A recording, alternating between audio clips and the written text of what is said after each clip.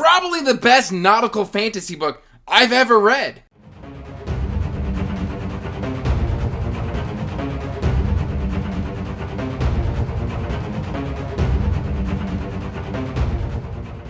Hey everyone, welcome back to Andrew's Wizardly Reads, and today we have got another book review for you. But before we get into that, make sure you like, comment, and subscribe. Do all of that YouTube nonsense as it helps the channel grow. And make sure to check the description box down below for the link to the Wizardly Duo Discord, so those links to all my social media and information about my Patreon. And today we are talking about Tide Child, Book 1, The Bone Ships by R.J. Barker. And guys, I have to say, this one blew me away. I was unprepared for how much I was going to love this story. It's been sitting on my shelf for over a year and a half, thereabouts. Don't quote me on the exact time.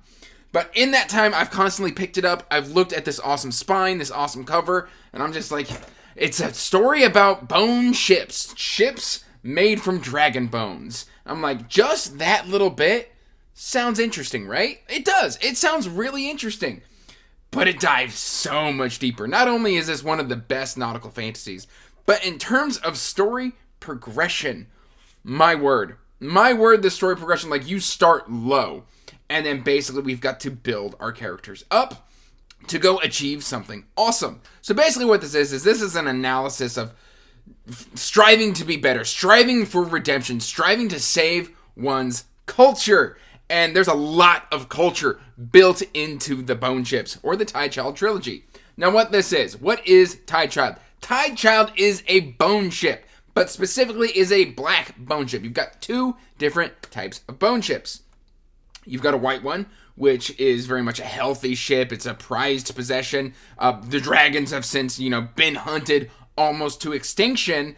And so, these are a limited resource. And then you got the black ships. And the black ships is what Tide Child is. And what a black ship is that's when somebody who is, part of the water culture commits a crime, but, it's not an instant punishable by death, but, it's still a death sentence. Basically, you are put on a black ship to go do a heroic deed that you then die in, and the hag takes you. And the hag is kind of just the sea. So basically, dying at the sea is being taken by the hag, which is also kind of like a curse word in the story, which I absolutely love. So basically, Tide Child is decked and crewed by a bunch of ne'er-do-wells, a bunch of criminals, murderers, thieves, what have you. These are the scum of the ocean. And basically, they are charged to go die in a blaze of glory. And the shipwife of Tide Child, or the captain, in terms of, this is kind of a matriarchal society, but more on that later. The shipwife is Jorn Twiner. Now, when we first meet Jorn, he's lounging on a beach, not going out and seeking adventure and redemption for his soul, because he's been falsely accused of a crime, but he's still been charged with the crime, so he has become shipwife of this this black ship. And he is challenged for the shipwife title by Lucky Maze. And Maze is very much from a fleet. She's a very lauded shipwife, but she's just recently been forced to take the black armband, which designates that you serve on a black ship. And so she's just like, listen, y'all are slovenly, this dirty trash, the ropes aren't coiled correctly, and everybody's just drinking and gambling and doing whatever. Y'all are not doing what a bone ship is supposed to do. So she challenges him, beats him, of course, and then makes him her second. And what then happens is Maze, who is very much fleet, she's a proper captain, she is looking to save her culture. Again, more on that later. And so she whips the Tide Child into shape. She whips Jorn Twiner into shape. She builds up his confidence. She builds up the confidence of the crew. She makes them a found family. Now, don't get me wrong, there's still the mutiny vibes, because you're not going to have a nautical fantasy without the mutiny vibes, but whatever. I really love the relationship between Maze and Jorn Twiner. It's just awesome. And then you've got something called the Gullmine, or Gullmere. Basically, it's a bird person, and they can kind of control the weather. And the one we have on Tide Child is very much unstable.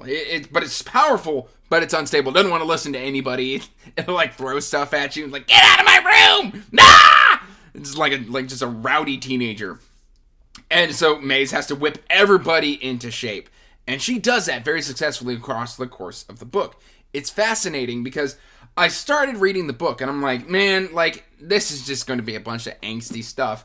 But no, it's a clear trajectory of them just finding their pride again, which is kind of one of the core elements of this story. Now, I said I'd mention the culture, and this one is very interesting because normally what's in this culture would make me DNF a book. However, the whole goal of the book is to get rid of that culture because they think it's nonsense. So basically, this story takes place on a bunch of islands. And these islands are at war with each other. You have the Gaunt Islanders, you have the 100 Isles, and then there's a third one. I forget the name of the third one.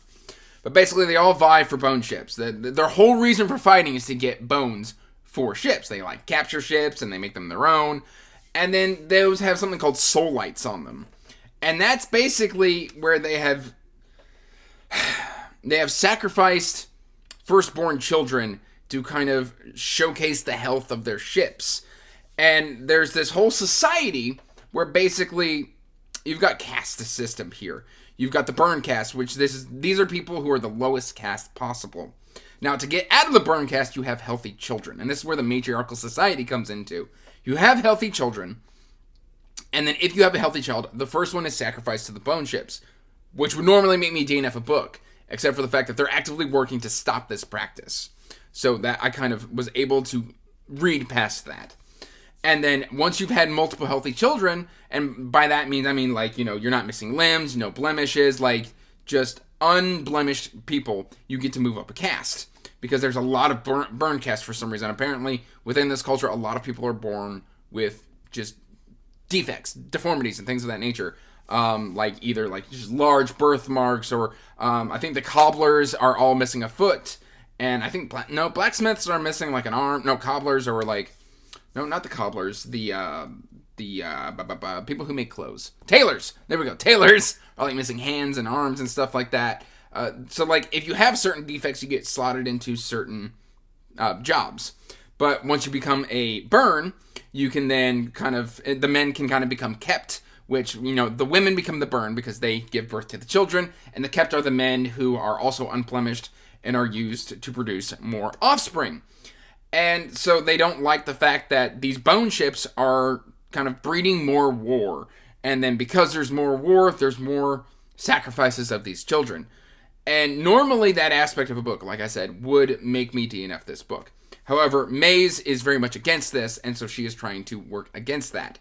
And that is all thrown into jeopardy when a new sea dragon, and they have a specific name, it's a sea dragon, we're going to call it a sea dragon.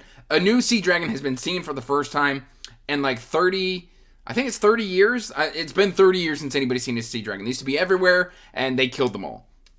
It's been 30 years, and now it's a mad dash because they want to basically protect this sea dragon out into a point in the ocean where they can then safely dispose of it so nobody knows it was ever there. And so it's just this mad dash to kind of, you know, because you've got the Gaunt Islanders. Because they're black ships, they're kind of separate from the fleet of bone ships, so the regular fleet of bone ships. But also, so they're going against their own people.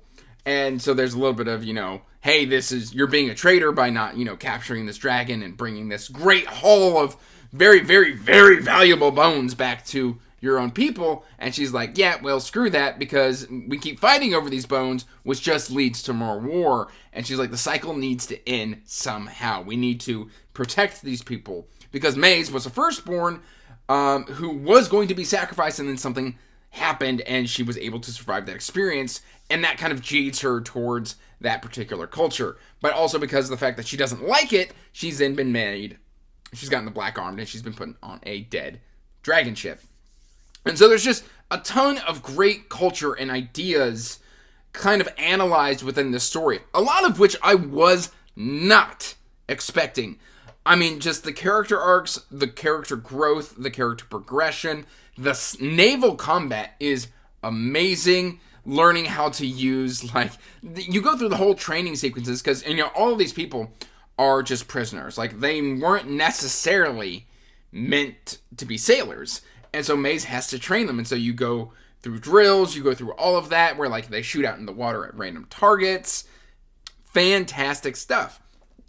Overall, I gave this one, I think, either a 4.5 or a 5 out of 5. Because by the end of this book, I could not put it down. Now, I understand why some people will not like this story. There are some elements that are very, very, very hard to swallow.